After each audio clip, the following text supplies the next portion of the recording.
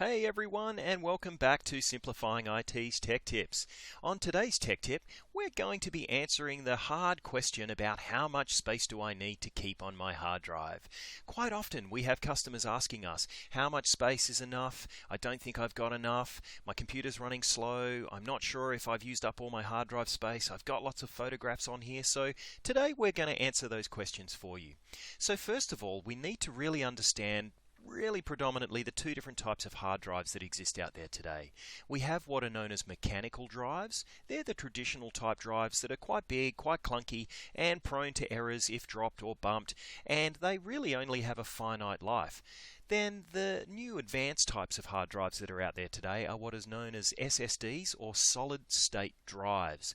These drives consist of large arrays of memory so that they can store the information very quickly. The read and write access of those is very fast, and predominantly by today's standards it's pretty reliable technology.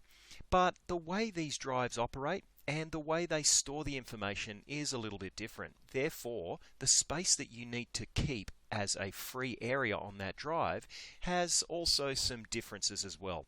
So first of all, let's have a look at these two different types of drives.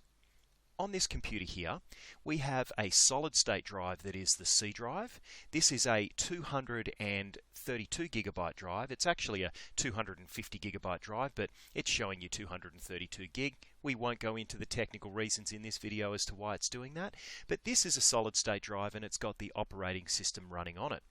Over to the right we have the D drive. This is a 1 terabyte drive. Again, it's only showing 931 gigabytes. This drive here is a traditional mechanical type drive.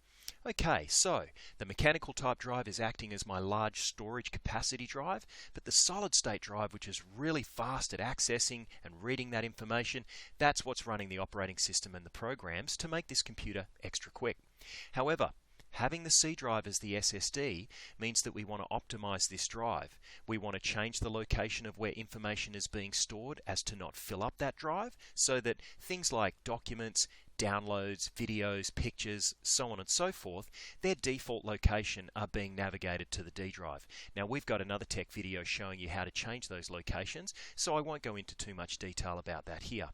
Coming back to the C drive, however, we want to make sure that that's optimized and running correctly. Now, as a rule of thumb, most SSDs should maintain at least 20 to 25% of free space so that they can continue to operate at their peak.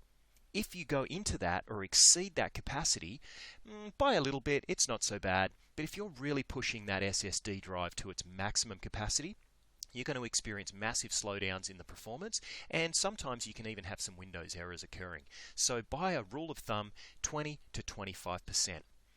As for the mechanical drive, these have got a little bit more leeway. Now, because this is a storage drive, I could by rights fill that drive all the way up to its maximum capacity. However, accessing and reading some of that information can be slowed down.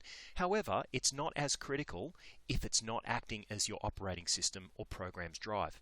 Now, as a rule of thumb, mechanical hard drives should be anywhere from around 10 to 15% of free capacity. That way they can continue to operate nice and happily and they won't cause you too many problems. Most of the time on computers as well, if you're having performance issues and you feel like the computer's running slow, 9 times out of 10 it can be narrowed down to the actual hard drive itself, and in the case of a mechanical drive it can be physical errors on that drive. Either it's had some bumps or knocks, or it's probably reaching the end of its life. Anyway, that's it for today's Simplifying IT Tech Tips. Thanks and bye for now.